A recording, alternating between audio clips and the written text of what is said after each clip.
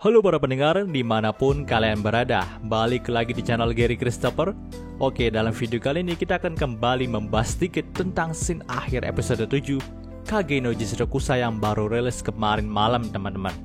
Ya, kita tahu, dalam episode 7 kemarin kita diperlihatkan dengan John Smith yang menghabisi Getan dan hal itu disaksikan langsung oleh Yukime. Namun nampaknya memang ada sedikit kesalahpahaman di antara ketiganya, di mana John Smith sendiri menghabisi Getan karena dia ngira kalau Getan lah yang mencuri semua emas miliknya. Sedangkan Getan sendiri mengira kalau John Smith menghajarnya itu karena dia menyakiti Yukime. Lalu Yukime mengira kalau John Smith menghajar Getan itu karena John Smith mencintainya. Yaps, memang absurd banget sih kejadian di episode 7 yang lalu teman-teman. Tapi yang gue sorot ini adalah scene di mana Sid dan Delta itu menggali gundukan salju teman-teman, yang katanya tersimpan emas yang dikubur sama Getan. Padahal ya kita tahu sendiri kalau emas itu kan sudah diambil sama Alpha dan yang lainnya. Nah, tepat saat Sid meninggalkan Delta menggali sendirian tuh, Delta kan menemukan sebuah kotak tuh. Dan kalian tahu teman-teman, kotak itu berisi sebuah permata merah yang merupakan bagian dari Aurora sendiri. Tapi sayangnya Delta itu masih belum menyerahkan permata itu kepada Sid sekarang. Namun nantinya Delta sendiri akan menyerahkan permata yang dia temukan itu kepada Sid di volume 5 sih. Dalam prolog volume 5 itu, Delta memberikan permata yang dia temukan dalam kotak gundukan salju itu kepada Sid. Dan tentu Sid pun menyimpan permata itu di sakunya, karena memang ya dia ngiranya itu cuma perhiasan biasa saja yang bisa dijual demi menambah uang jajannya. Ya, walaupun memang permata merah itu juga penuh dengan liurnya Delta sih, karena saat itu Delta pernah mencoba untuk memakannya teman-teman, namun dimuntahkan lagi gitu. Lalu nih, cerita pun berlanjut ke chapter 2-nya, di mana Sid itu masuk ke dalam ingatan masa lalu dari Aurora, dan di sanalah dia bertemu dengan Aurora kecil teman-teman. Si Aurora kecil itu nampaknya meminta permata merah yang dimiliki sama Sid itu untuk diserahkan kepadanya.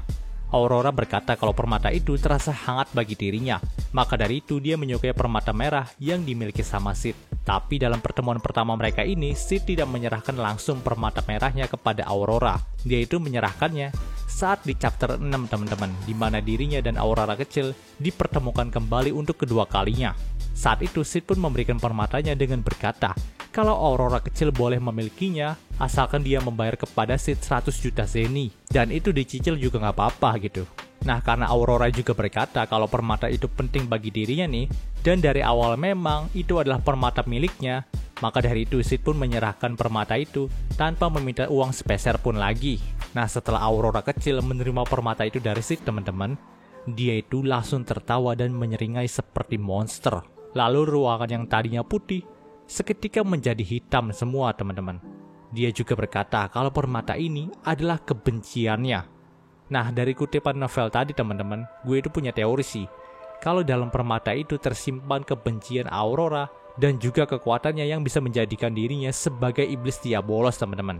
Maka dari itu, Sid mendeskripsikan Aurora kecil sebagai monster ketika baru saja menerima permata merah itu dari dirinya.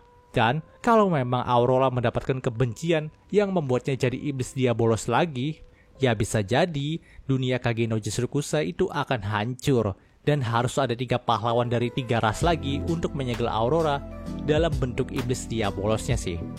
Karena memang nih, pas gue baca LN volume 6 juga, kita itu masih belum diberikan kepastian tentang keadaan dari Claire.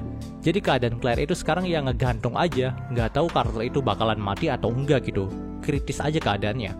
Dan bisa jadi keadaan Claire yang seperti itu ada kaitannya dengan Aurora yang mendapatkan kebenciannya lagi.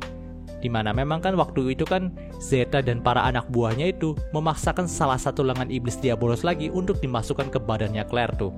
Jadi ya karena memang Aurora sudah mendapatkan sebagian besar dari kekuatannya itu, dia bisa jadi menguasai semua badan dari Claire sekarang, hingga Claire itu nggak bisa bangun-bangun lagi gitu.